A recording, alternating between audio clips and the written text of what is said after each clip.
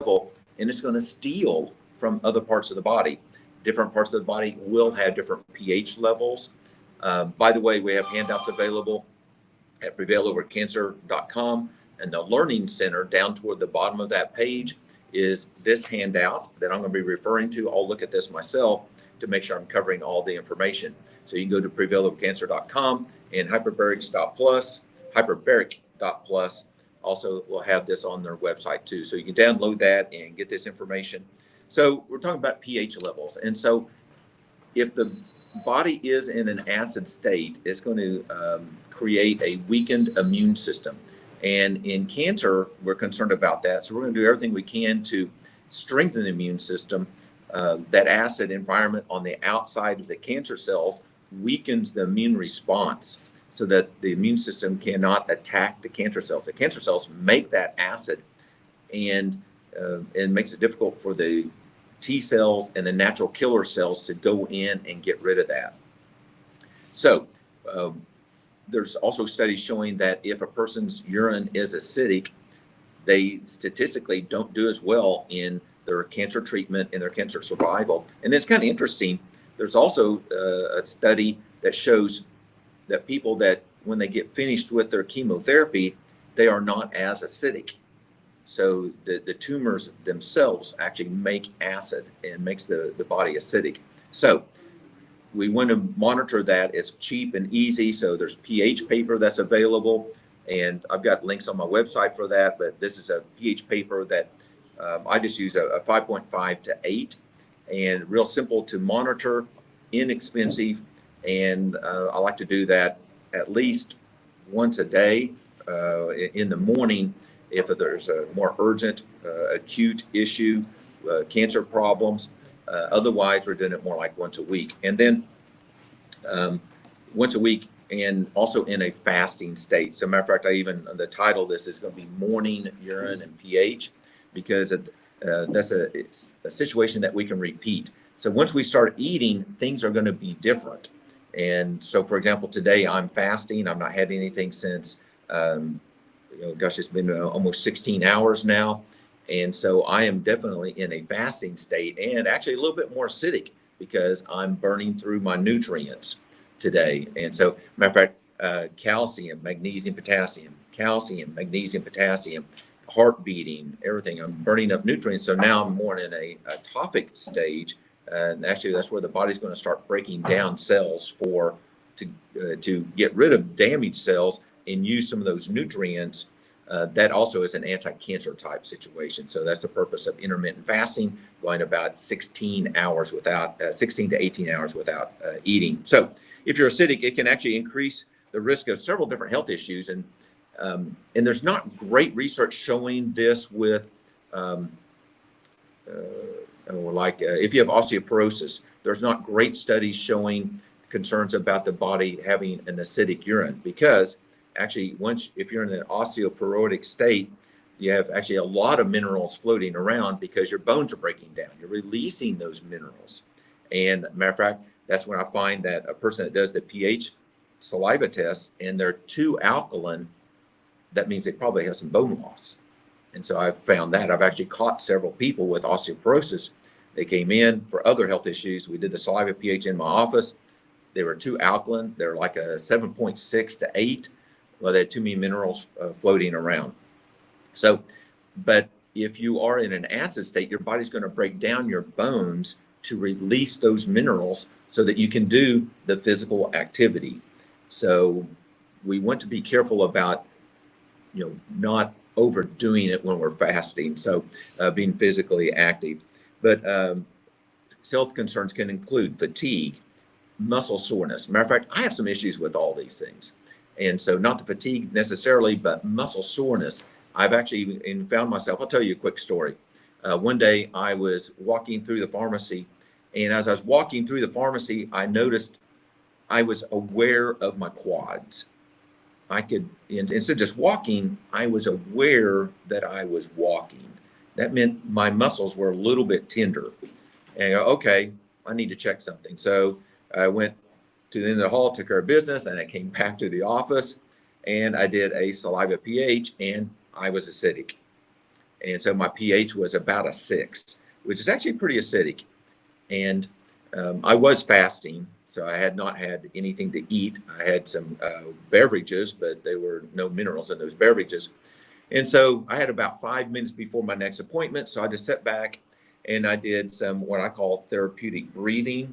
I started breathing and doing intentional breathing and breathing in through my nose, holding that breath, and then breathing out slowly and counting in my mind. As a matter of fact, I set a timer on my phone to go off after 5 minutes. After 5 minutes, I repeated this test, and my pH level actually increased 0.4 of a point.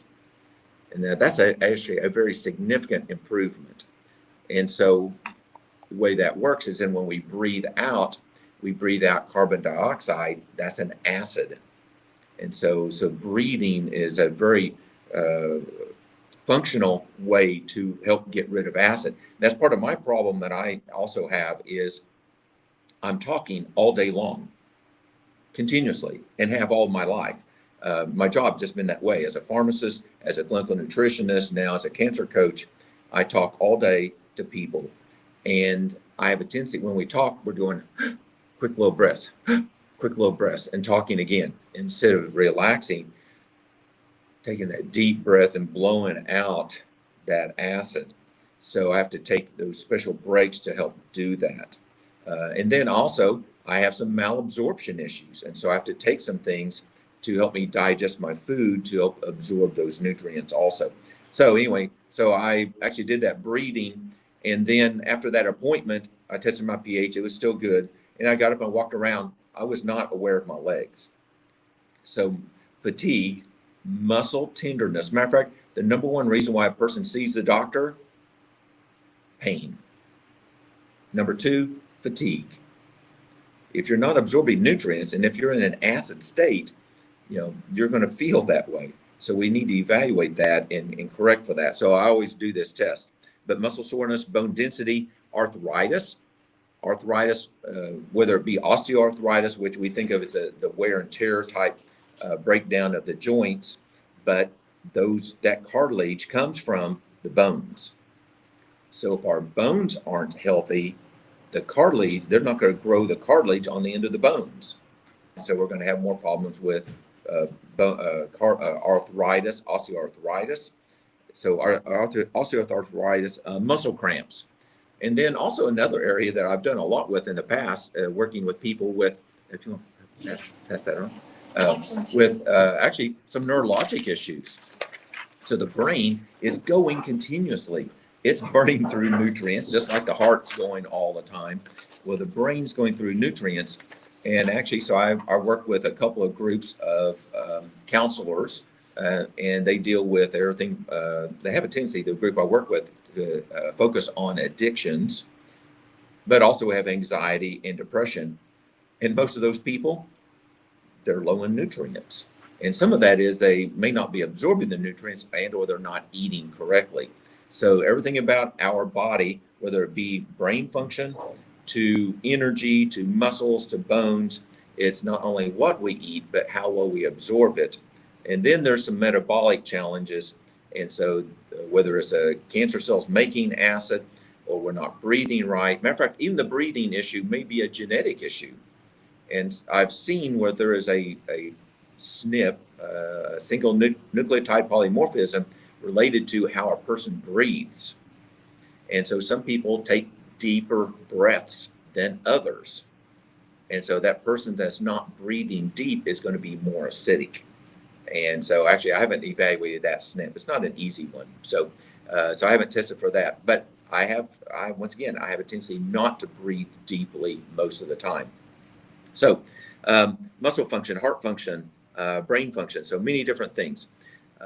Blood, like I mentioned, is always going to be at a normal, optimal level. It's going to be slightly alkaline, and the body's going to do everything possible to keep that normal. And then our saliva has a tendency to, ideally should be more like a 7, ideally, but a minimum of a 6.5. If we're below 6.5, now I'm actually more concerned. That means that person's low in minerals, but 7 is going to be an ideal number. urine can be actually, and I expect urine to be a little bit more acidic. So actually, I'm expecting more like a 6.5 to 6.8 for a urine. And there's actually a benefit to that. If urine is acidic, it actually helps fight infections. If a person's urine is a 7.5 or 8, that means they have a lot more minerals in the urine. So the question is why? But now, if the urine's not acidic, that increases the risk of UTIs, urinary tract infections. So a more alkaline environment is going to allow that bacteria to take hold and grow. There you go. So we have a round table. So we're sharing the handout.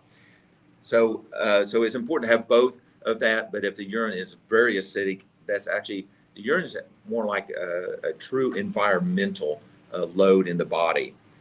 What is the body processing? The kidneys actually do get rid of acid, but if you're in an acid state, now it makes it more difficult for your body to detox and finish that last step of getting rid of the toxins out of the body.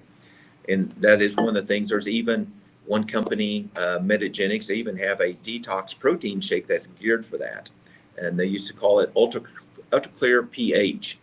And the goal on that, it has a lot more potassium in it, a mineral in it, to help make the body more alkaline, so that the urine, that the liver and the urine could get rid of the toxins.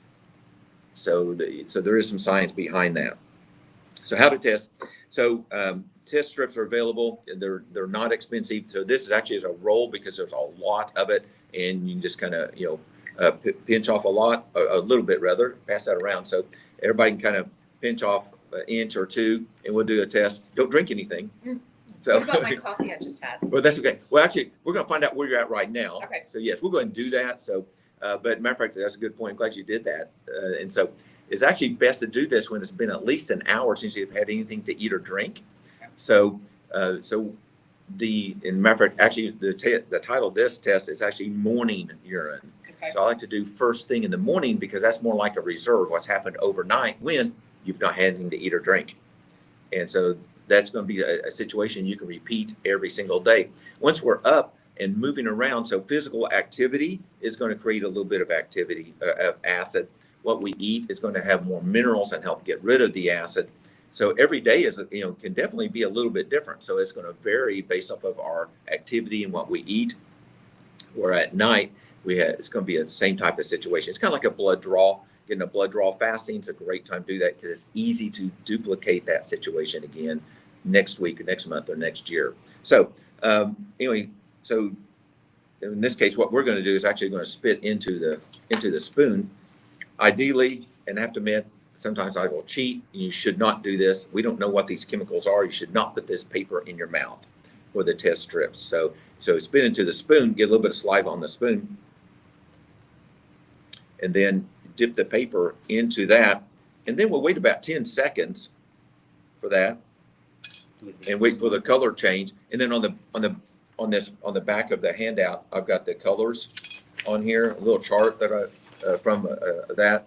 And so once again, I'm a little bit on the acid side. I'm about a 6.6 today, but I've found that I forget to do these things, and so I need to set an alarm, and I put that on my schedule. I need to do my breathing exercises. That's the main thing I'm probably have a concern about. I do take betaine HCl with my meals to help me absorb the nutrients, but I need to do better about the breathing and meditation to blow off that acid. So I'm slightly in an acid state, but it's not bad considering now I'm almost 17 hours without eating. And the only thing I've had today was some acidic coffee. And coffee is a little bit acid. The water, I do filter my water, and it is also a little bit acidic because I do reverse osmosis.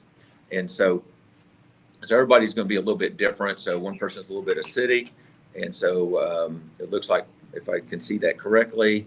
And so you estimate that number. You can write that down on the chart. And once again, you can do that at home. You can get your pH paper and do these type of things. So compare the color, typically within 15 seconds, and then write it down. An acidic pH. So if you're actually incorrect, this is acidic? I thought this was. So that is a light color. The lighter the color, the more acidic it is. So typically 7 is going to be a green color, And so if you're going toward a yellowish color, that's more like a 5.5. And actually, this handout is incorrect. And so I had a typo here. I said acidic pH is less than 5.5. That's actually extremely acidic. And actually, I see people like that. That means that we could go below yellow, below the yellow. But a 6.5 is more of anything below 6.5 is leaning into that acid type situation, low in minerals, dehydration, maybe what's called metabolic acidosis. That means a lot going on. Cancer cells help contribute to that. The cancer cells they're doing a lot. They're growing and they're doing a lot. They're burning through a lot of nutrients. They have a lot of acid. They're pumping that acid out. But also, there's a concern about excess kidney stones, uric acid formation, is a concern with an acid type urine, and detoxing concerns. If your pH level that's for the urine. If your saliva is under a 6.2, that's very acidic. And once again, acid low, dehydration, metabolic acidosis. Oh, wrong section here. Low alkaline mineral content. So the saliva gives me more idea about minerals. So I do another test recently. We'll talk about this in the future. There's a new urine test that I'm familiar with now. It's a UTI 14 test strip. And actually, it's a test strip that tests for magnesium and zinc and uric acid. So it's really kind of a neat type thing. So matter of fact, even though I take extra magnesium, and if I don't take it, I actually have problems with irregular heartbeats. So that's another part of my story. So even years ago when I was doing natural things, I was doing a lot of good things. And I actually discovered, because I was trying to figure out how to do ultrasounds in the ankle, to do blood pressures in the ankle, and I was monitoring my pulse in my foot, and I had an irregular heartbeat. Oh, okay. So I called my wife. She worked for a doctor. I said, do you all still have your EKG? Go in. Sure enough, I had atrial fib, actually continuous AFib, discontinuous. And so I saw the cardiologist the next day, and for 2 weeks I went through all the tests. But I already knew that I needed to make some changes. And so actually I started testing and figured out that I was in an acid state. I was low in magnesium. So I started taking magnesium CoQ10, and within 2 weeks, I'd gone from continuous AFib to a skip every 20 heartbeats. And the cardiologist said, Keith, you're doing fine. Let me know if you need help. So he said, keep doing whatever you're doing. He didn't want to know. Keep doing whatever you're doing. And so I have a tendency to be in an acid state, so I have to compensate for that. So I did that saliva pH. Sure enough, I was acidic. So I have to be careful about that, because I do have a tendency to slip back into that acid state. Fatigue, poor digestion, increased inflammation, and also some stress responses, associated with that. So that breathing, intentional breathing, meditation is extremely important. And then poor dietary quality. So eating food that does not have the nutrients in it, and or not absorbing it, or not having the right combination of foods. There is a cancer connection, as I mentioned earlier. Tumor microenvironments, that means that everything from the acidity inside the tumor cells, tumor cancer cells, to outside that tumor has a tendency to be acidic. That promotes immune evasion is what I wrote down. That means the immune system cannot penetrate that. So, matter of fact, actually, it's kind of interesting. Researchers have found out that, so there's a tumor, they found out actually one side of the tumor is actually more acidic than the other side. We don't know, they don't know why, but there's this acidity. So they have a tendency to pump more waste products out on one side more than the other side of that tumor. And also, in that process, that seems to help the cancer cells to actually make new blood vessels, which is going to fuel more growth to that. And then also drug resistance. So medications cannot penetrate into the tumor cells as good when that tumor is acidic. So tumor assessing the pH level gives us an idea about our overall health, but also in cancer, we use it to help monitor and do everything we can to help get rid of that. So saliva pH. Matter of fact, any questions that you can think of? If you have questions online, you're watching this, submit those questions. Ryan's going to help us with that. So, okay, we'll keep going. So optimal levels going to be saliva is 6.8 to 7.2 first thing in the morning. That's good buffering in the acid-base system. Urine pH 6.5 to 7.2, that indicates effective acid elimination in kidney function. Now, matter of fact, I have a tendency to have pretty good saliva pH first thing in the morning, and I have a tendency to be acidic in the urine in the morning. That means overall my body is still on the acid side, and that's kind of accumulating in my urine through the night as I'm sleeping. So just some tips. So don't panic if you see these things going on. You just have to decide, just looking at, trying to figure out what's going on and start making changes. Okay, I'm going to make this change, and then next day do another test and keep trying to figure that out.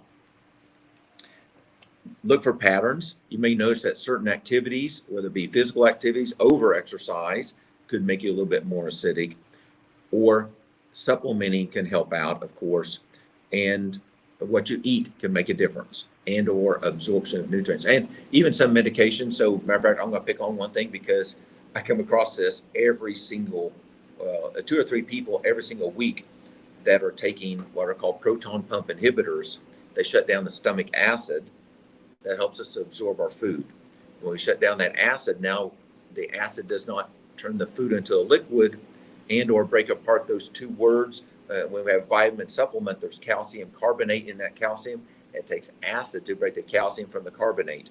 Magnesium oxide, citrate, glycinate, requires some stomach acid to break those two words apart. If we don't have the acid, it stays in the intestines and it's going to pass out and not be absorbed. That's one of my issues. I have to take stomach acid to help me absorb my nutrients. So this is what's kind of weird, and I have to go through this explanation all the time. So stomach acid, made by the body or as a supplement, turns the food into a liquid, breaks apart the nutrients so you can absorb it. When that happens, that acid is actually neutralized. It's no longer acid. So the hydrochloric acid is changed into other nutrients and it's no longer acid. So taking acid capsules with your food will not make you acidic. The net effect is going to help you absorb your nutrients. So that's always kind of a discussion. It's hard to understand that. So also keep track of what you're drinking.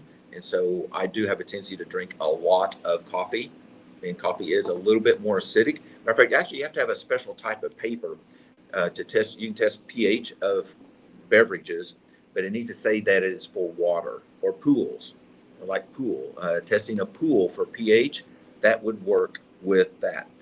This type of paper is not geared for water. So this one is definitely geared for, I use it for human fluids, but not pool or drinking water. So if you want to test your pH level, and I have a special paper at home, and I've tested that. And actually, my coffee is like half of a point more acidic than regular water. So the coffee is a little bit more acidic, yes. And some foods have a tendency to be that way, but don't panic about that, because actually it's not, food is not the problem, okay? It's the quality of the food and its absorption that's the problem. So, for example, we think of lemons being acidic, and actually I need to test that. And you don't have to have any lemons here, do you? Okay, I think so check and see if they got any lemons. But lemons have acid in them, but they also have a lot of minerals. And so the net effect of lemon is alkalinity. So matter of fact, I've started drinking lemon juice, with a little bit of salt, to help get me more minerals in my body. So the potassium that is in that lemon and other minerals overrides the citric acid that's in that. So matter of fact, the citric acid even combines with other alkaline minerals and actually creates more alkaline type chemicals too in that chemical reaction. So, but use this, keep a record of that and do that on a regular basis so you can see what your pH level is, so you can make changes, but keep a journal to figure out what makes a difference. If you have a good result one day, why was that? Or if you have a certain food, and do you have one? Yeah. Oh, you do? Oh, okay, good. Oh, well. So what do I do? Yeah, so let's go ahead and cut that and squeeze a little bit of that into a spoon. We may need to get another spoon and test that. Just kind of curious. So I love experimenting. Okay, here's a clean spoon. Good. I love experimenting. So Matter of fact, even in junior high school, I loved chemistry. That was my forte. I love that. And, matter of fact, I love seeing experiments and love seeing things explode and things like that. So, yeah. So, ready to test that? Keith, I take hard drives out and shoot them with different calibers of firearms. That's how I get rid of my hard drives. I've done that myself too. I like explosions. I have several that I've done that too also. So yeah, we have to tear those hard drives up so that nobody can get that data off of them. So yeah, so the pH according to this paper is very acidic. It's yellow, so 5.5, but there's so many other minerals that buffer that. So actually lemons are not an acid food. So fruits and vegetables are alkaline and they help get rid of the acid. So, but rarely if I found a person able to make enough of a change in what they eat to have much of an impact, but it's actually more along the lines of how well they absorb the nutrients and their breathing that has the biggest impact. So I want to repeat that. That's so important. It's how well they absorb it and if they need to be taking something to help them absorb it is most important. But so fruits and vegetables are great. Meat is officially considered to be a little bit on the acid side. There's a lot of nutrients in the meat, a lot of minerals in the meat. So I have yet to see anybody that was able to make a significant change in what they eat in their pH level. So the question? How can you say that the lemon is not acidic when it was 5.5? Yeah, so, well, actually, and that's a good question. I'll have to figure that out. But the minerals that are in that has a lot of potassium. So how much, Josh, would you mind looking at how much potassium is in a lemon? So there's probably going to be 500 to 700 milligrams of potassium in a lemon. So, but in the citric acid, when the citric acid starts combining, like taking the betaine HCl, hydrochloric acid capsules, when you take that and it mixes with the food, the net effect is now it's dissolved the food and now you get those nutrients. With a citric acid, it's going to be a similar type action, in that. 80 milligrams. Oh, 80 milligrams. So it's not a lot of potassium then. Okay. So I'll have to figure that out. But the net effect is officially it is. Put that in chat. Why does a lemon not show acidic? Do an AI search. Okay. Yeah. So on that, the great question, good question. But officially, lemon is an alkaline food. Good question. No, I don't understand that either. Hey, can I tell you why I got a lemon in my refrigerator? Yes. Why do you have a lemon in your refrigerator? Because I'm trying to continue to change my diet. I used to be, blue cheese, garlic dressing. Those were the dressings. I make a real nice salad, and then I put that stupid dressing on it. So I switched about a month ago to olive oil and balsamic vinegar. Oh, yes, that's my favorite. And I'm trying I love spice. How do I add spice to that? So I thought a lemon, a little sprinkle of lemon in that salad, stir it up. So if anybody's got any ideas out there, especially for a spicy olive oil and balsamic vinegar dressing. What about some red peppers? I pour cayenne on it. That's how I get around it. And so I put jalapeno peppers in my salad. But I have to make all my food separate of the rest of my family. I mean, just wears me out. So I'm trying to figure out. Sometimes family members aren't fully engaged. Yeah, not in the pepper world. That's right. So, and everybody's different. Yeah, we actually have a jar of jalapenos, and our son is, matter of fact, he eats half of a cup at a time, and that's not for me. So I do like moderate spicy. So on that. Chad says you're lying. It says, what does it say? The screen changed. You touched them. Lemons are acidic. If they are not registering as acidic, it's usually a testing biology quirk. Here are the common gotchas. Okay, so lemons are acidic. Okay, so they are acidic. Well, I always thought they were. That's why when that happened, I was like, what? Okay, It says lemon juice is a pH of between 2 and 3. Yeah, so it is very acidic. Okay, so I stand corrected. So lemons. So, okay. Always learning. Well, that's correct. Yeah. So that means that's correct. Yes, but I was wrong. Yeah. Okay. Yeah, well, so I was wrong on that. So. Hey, everybody, mark this down. I know. Yes. Keith was wrong. What is today? Yes. So the 16th. Okay. So September the 16th or October the 16th. So You're almost wrong again. That's right. Yeah. Okay. So lemons are acidic. Okay. So I wonder why they have that in a food list. Yeah, on that. So it's kind of curious. He is stumped. I'm stumped. Okay. I love it. But always learning. Always learning. So matter of fact, I learn every single day because everybody is unique. Each person's unique, and their challenges are unique. Our bodies are unique. The situations are unique. And so I love that learning type of thing. So apparently, this lemon's unique. yeah, it's not unique. Actually, it's normal. So it's the person that's talking that's incorrect. So on that. So what you need to do is test, and as a saying, my saying is assess and don't guess. So we need to test to find out what's going on, and to be careful about how many lemon juice you drink. So I'll have to experiment with that and see if that makes much difference in my pH level. So my pH was totally is black Last time. So I like to put a half a lemon in a couple glass in water, and then I put a little sea salt or a little Himalayan salt. Mm-hmm.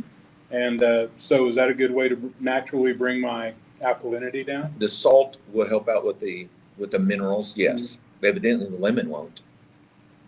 It won't take it to the acidic side if I'm way alkaline? Oh, yes. I'm sorry. I didn't understand the question. You're about to be wrong again. Yeah, I didn't so understand if the I'm question. real alkaline. Oh, yes. Okay. And I put a half a lemon and some Himalayan salt. Redmond is what I like. Mm-hmm. Put some Redmond in my water, and I make a big quart at a time, and then I drink that quart. So that would make you more acidic. Yes. Okay. So I need to bring that, because you told me being too alkaline was not good. That's correct. And too alkaline means too many minerals floating around, increased risk of usually I'm thinking like kidney stones. Ouch. Yeah, that's right. So kidney stones. Honey, bring me a glass of water. So, okay. So keep record of that, and I have on my website, actually I have more information and even a tracking chart that you can download on my website. Keep track of your meals, what you're eating, hydration, your sleep levels, make changes.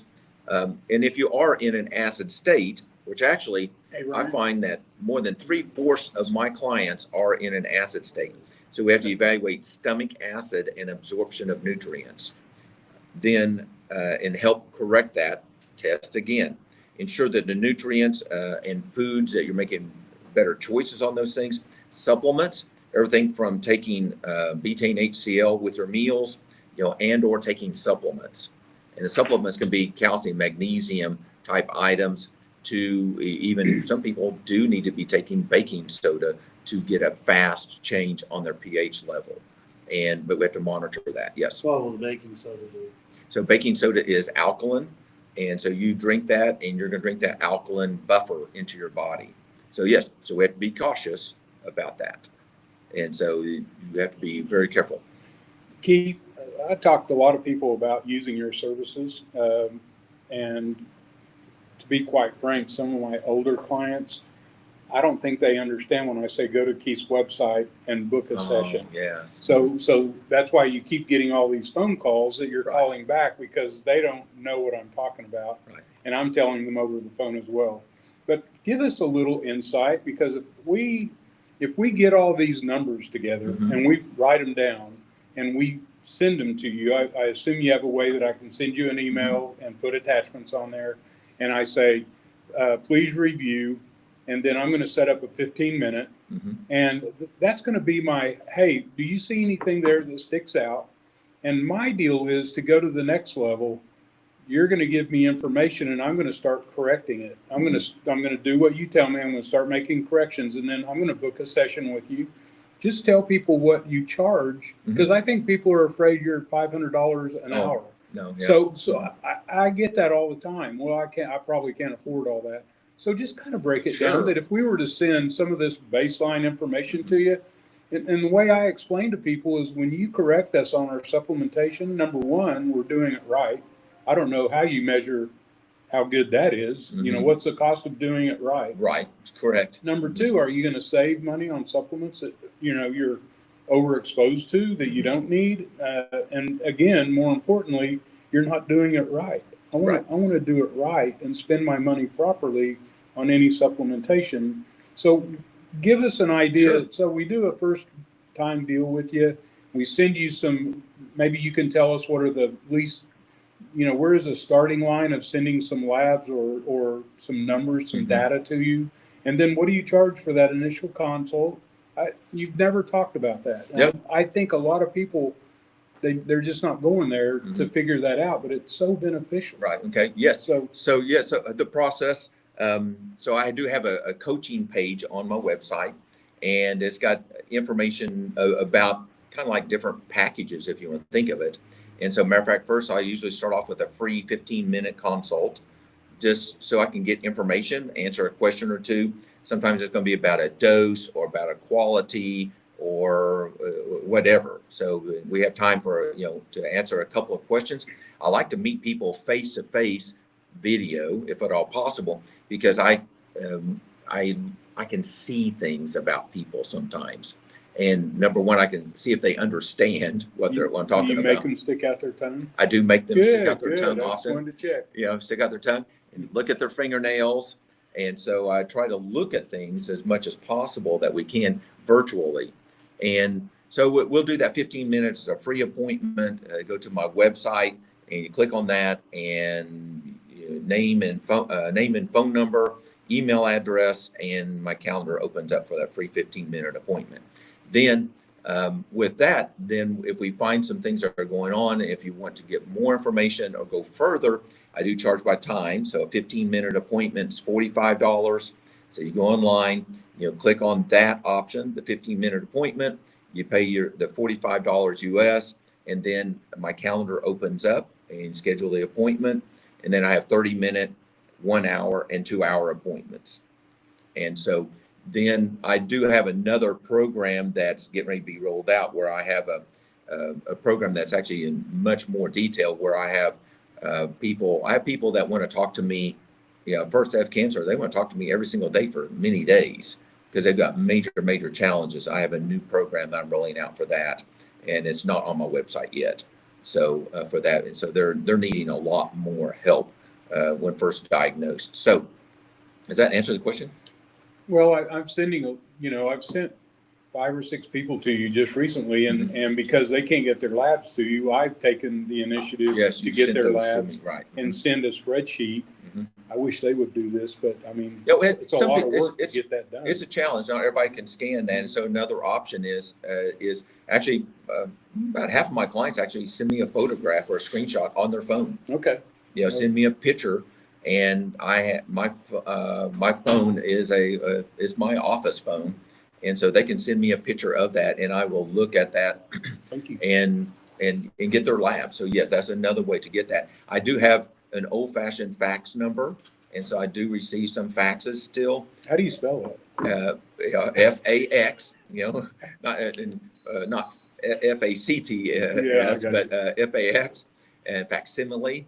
And so I do have that as an option because I have a few doctors will fax the medical records. Right. Although that's becoming even less and less. So a lot of doctors' offices aren't even doing it. They say you have a portal. Yeah. And so some doctors aren't even agreeing to fax results anymore with that.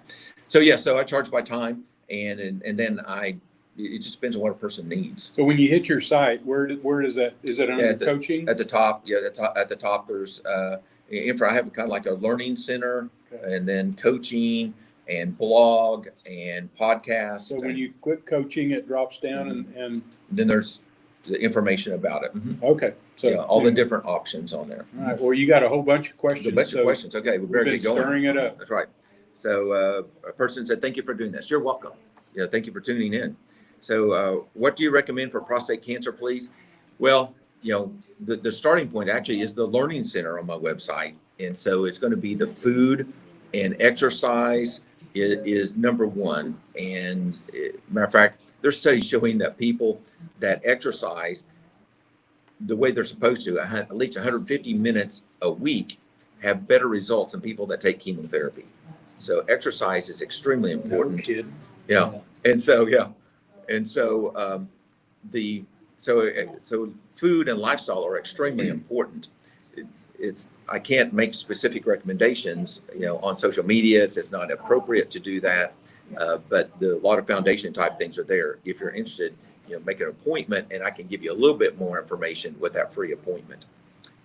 Thank you for your work. Well, thank you. You're welcome. Somebody diagnosed with breast cancer or prostate cancer hormones, can they use beef thyroid extract pills to enhance thyroid function like Hashimoto's?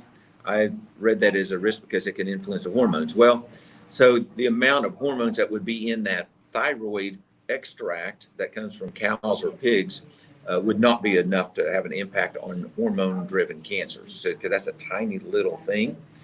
But what sometimes, though, actually taking a animal-based thyroid product can definitely trigger a Hashimoto's attack. There's enough thyroid extract that the immune system may go, uh-oh, what is this, and start attacking that. And so, so there are some studies showing that for some people, taking a glandular natural thyroid product may make Hashimoto's worse. So with that, we use, if that is the case, and actually you can experiment. You can take the synthetic, you can take the natural, and follow up with that Hashimoto's test, the TPO, thyroid peroxidase antibody, and you'll find out. And if you're that person, then you can switch to a synthetic that's a bioidentical. And so compounding pharmacies make exact copies of what your body needs, and they can adjust that dose, but it'd be would not have the glandular ingredient in it. So, but anyway, I would not expect that to be a risk factor for cancer. Everybody's different, so but we have to be careful about make sure that the thyroid numbers are in the normal range. What is an ideal diet for somebody with cancer? Well, that's a pretty broad question again. So everybody is unique, and actually it depends on your activity level, your body, how well you absorb the nutrients, many different things. So, but I do lean toward more of a ketogenic type diet, being careful about excess carbohydrates. So cancer cells love that sugar, and that does increase the risk of cancer. So we want to be careful about excess carbs and sugars. Keith, I gotta say, when that question comes up, I mean, I'm not you, but I hear a lot of people that get in my chamber that are dealing with cancer. The first question I ask is, I'm just, it really nails down where they're at in their journey. Yeah, where they're at today. Because they've never heard that sugar feeds cancer. Right. And when I ask that question, and so sugar is simple carbohydrates, the pastas, breads, I mean, starches. So anyway, there's a really lack of knowledge out there just at the very beginning. I mean, so what starts cancer? Yeah. Well, simple carbohydrates, sugar, starches. I mean, don't get there. Change your diet. Don't wait until you have cancer to modify your diet. Yes. And so, but people don't ever even research this until they have cancer. They don't know. And so, and so this also comes back to, we were talking about families and children, grandchildren, my great-grandkids, and about raising children. Well, we don't know except for what we've been exposed to. And so there's a story about I'll try to make this brief, mom was fixing dinner, and she had the roast, and she cut the end off the roast and put it into the pot. And daughter, her little daughter, 5-year-old daughter, said, "Mom, why'd you cut off the end of that roast?" She said, "Oh, I don't know. You need to ask Grandma about that." And so a couple of days later, they went to Grandma's house, and the little girl said, "Grandma, why do you cut off the end off the roast?" "I don't know. Meemaw did that. You need to talk to Meemaw." So they went to go see Meemaw, and Meemaw's really, pretty old. And Meemaw, why did you cut the end off of the roast? Because it wouldn't fit in the pot. Okay. For 3 generations, they were doing something because that was the way it had been done, and not knowing why. So we have to, and what we're actually blessed with knowledge and social media. It can be used appropriately, but in the internet, we now are able to learn a lot more and question things. Okay, so Mike, that's right. If you have cancer, it's like, why? What were the foundation type things? And that's where I try to work with. What are the foundations? And the acid is one of those foundation things. So if you're in an acid state, if you're eating a lot of sugars and carbohydrates, you're going to be feeding, that. And that's just, those are a couple of things that are risks. There's other factors on that. So yes. So I have a question. About 20 years ago, an applied kinesiologist told me that he felt that if people had a pH of 7.0, they couldn't get cancer if they could achieve that. How do you feel about that? Well, so okay, the question about if you had a pH of 7 that you could not get cancer, I wouldn't want to say that. I do know some people, I've tested them and they were alkaline and they still had cancer. They got cancer. So that's not the only thing. So, and I've known people with cancer and they were successful at getting their pH level up and they did not survive. So it's not the only answer. There's multiple things involved, but it is part of the problem with that. So, so we have to be careful about people saying that, and on social media we say the same thing. People making a post about that. So so we have to be careful. You might be willing to, to admit sometimes it may be wrong. We have to about that. So I have to figure that out. I have to look at my lists and things like that. So 10, 16, 25. 10, 16, 25. What's that? You were wrong. Oh, okay. Today's date. So I've already forgotten it. So, okay. So, let's see. Are you saying don't eat lemons with cancer? Good question. We have to evaluate that. So next week, tune in. Yeah, there you go. We'll go over that again. Make next a note. week. We will go over that, and I'll have more information about that. So we'll talk more about the foods, in that. So actually, once again, I have to do some research. So I'm pretty thorough. I will figure that out. Do what now? Lemon turns basic in the body.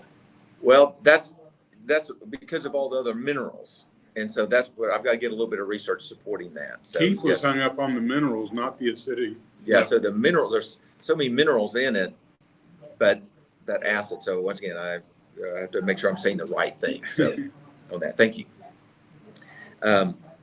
You're doing the Lord's work. Well, thank you. So God is blessing me. When can my insides turn alkaline?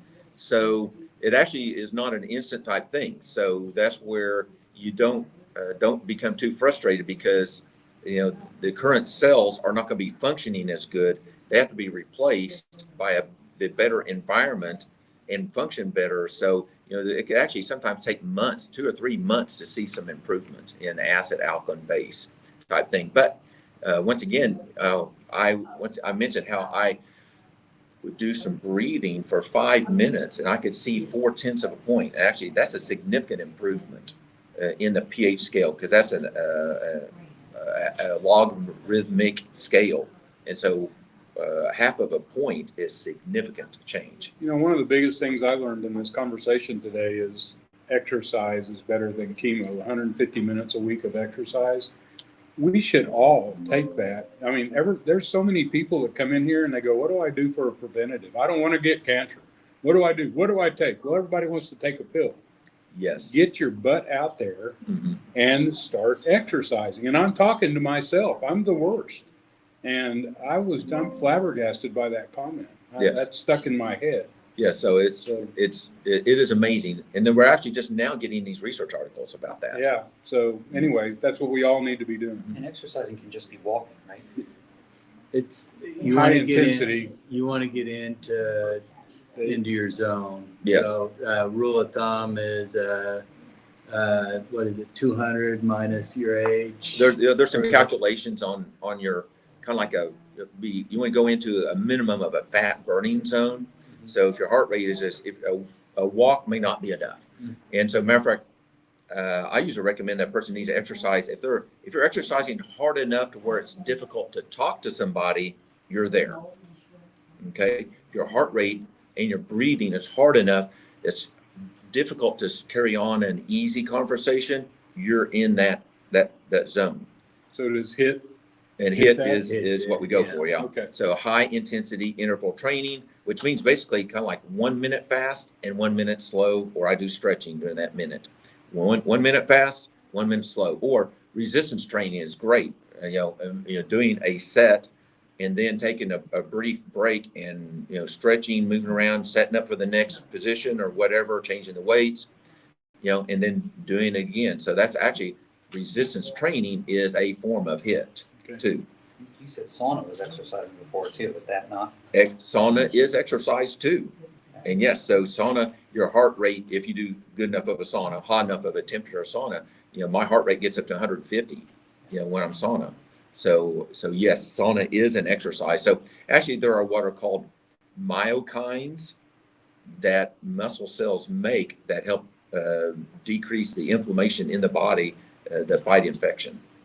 So they're narrowing that down, but it takes at least 150 minutes a week of exercise. And actually walking is okay, but it's got to be, enough of a challenge.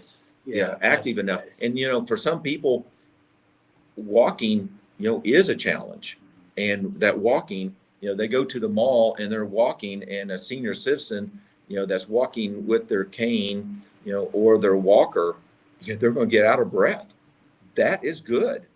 So do like my dad, walk uphill both ways to school. Okay. Oh, wow. In the Barefoot. Let's go in the barefoot snow. in the snow. There you go. Yes. Yes, So that's right. you had that same dad. I like that. That's right. Yeah. Well, Keith, we're pushed up to Oh, yeah, the we hour. are. Maybe we Gosh, can make goes that a by place so to fast. stop. Okay. But Keith will answer the rest of these questions. There's about another half dozen questions. Yes, that's So right. we must have some people following us today. All right. Good. I appreciate y'all tuning in to us. This is Keith with PrevailOverCancer.com. I'm Paul at Hyperbaric.plus. Love for you to come and dive and join us on a Thursday. If you can't be here live, make sure to be on the social media, Yes. and we will see you next week. So Very good. thanks again for being here. Okay. Thank you.